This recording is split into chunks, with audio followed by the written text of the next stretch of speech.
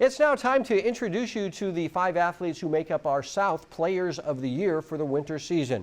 All of our Players of the Year for the fall, winter, and spring will receive their awards at our end of the season awards banquet held May 22nd at Levi Stadium. Yes, and it'll be on the field. We will have special guests. It'll be very, very exciting. Without further ado, here are the South Section Winter Players of the Year. You guys know the drill. Here we go. Introducing your South Section Winter Sports Players of the Year. Starting us off is the Birdman from Lincoln to Stockton. Miles Bird is your boys basketball player of the year. The high flyer from the Trojans raises the roof with his dunks, reaching heights that few in the entire section can. Miles averaged 17.2 points, 5.2 rebounds, and 2.8 steals per game in his senior season at Lincoln, while leading the Trojans to their first Tri-City Athletic title since 2017. The San Diego State commit can make plays inside the paint and can throw it down with the best of them. Miles is proud of all he's done to this point, but he says he's most proud of repping that 209. Staying home was one of my best decisions I've ever made. You know, a lot of kids you see nowadays go to prep schools across the country from where they live. And I think just being able to represent my city, represent my school, play with guys who I've grown up with, known my whole entire life, I think it's a memory you can't get back, and I wouldn't trade it. We stay in the 209 down the road in Stockton for our girls basketball player of the year. It's Jordan Lee from St. Mary's. Jordan Lee has almost every D1 offer you can imagine, but get this, she's only a sophomore. The standout for the Rams averages 18.1 points and 7 rebounds per game for the Rams, leading her team all the way to the D1 regional semifinals. While her skills on the court look like she's been playing basketball basically since she could walk, Jordan says it wasn't always her passion. Basketball actually for me wasn't too big growing up. I was a huge track runner just because of a lot of opportunities growing up as a young girl kind of across the country. So as soon as I kind of got to basketball, it was a huge kind of unique thing for me, the whole aspect of really a team. And that's kind of what I gravitated towards more a little bit, and kind of as soon as I started getting into it, really elevating grade levels, different things like that, I really kind of gravitated towards that leadership role, which I've kind of loved and pretty much tried to establish as wherever I go so far. So that has been a huge factor for sure. From the court to the pitch, we turn to our boys soccer player of the year, Alexis Luna from Modesto High.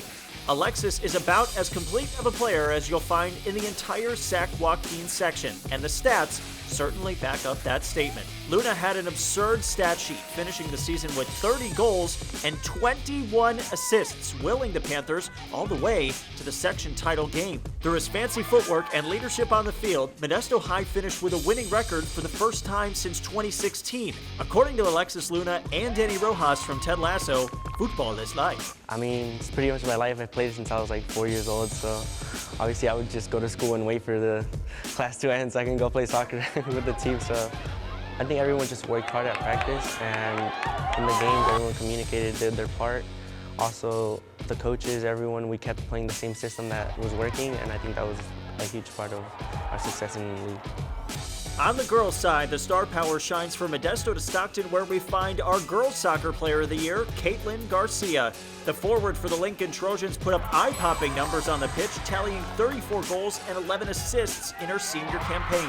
Caitlin's leadership helped Lincoln secure a share of the Tri-City Athletic League title and fueled their Cinderella run all the way to the D1 SJS Finals. She says she's thankful for the girls that made this season so special and the memories they made along the way.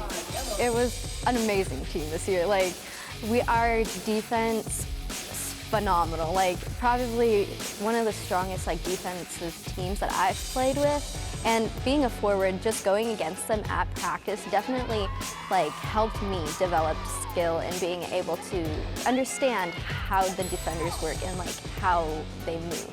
My mom actually sent a picture to me and she was like, "Katie, that's you." And I was like, "Oh, that is me." I was like, "That's so cool." My coach was texting me, and my confidence, I was like, "I can do this."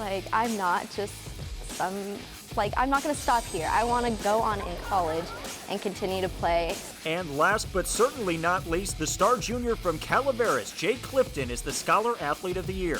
Jay's accomplishments on the court speak volumes, but it's his work in the classroom that also turns heads. Jay maintains a 4.0 while continuing to amaze on the basketball court. Clifton's junior season was a memorable one, breaking a school record with his 45-point performance against Argonaut, scoring his 1,000th career point, and leading Big Red to a share of the Motherlode League title.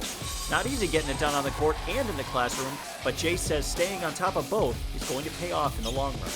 I think it's huge, especially for someone that's not necessarily the biggest guy or anything like that, for colleges to look at. If there's a kid with a 2.0 and a kid with a 4.0, probably gonna go with 4.0. So I think it just helps me keep an advantage of trying to get recruited and stuff. This year my role, I feel like it kind of changed it more into a scoring role, you know, just kind of having the ball in my hands a lot, creating and stuff. So I think it'll be about the same. Hopefully I just improve my game to make it everything a little bit more easier.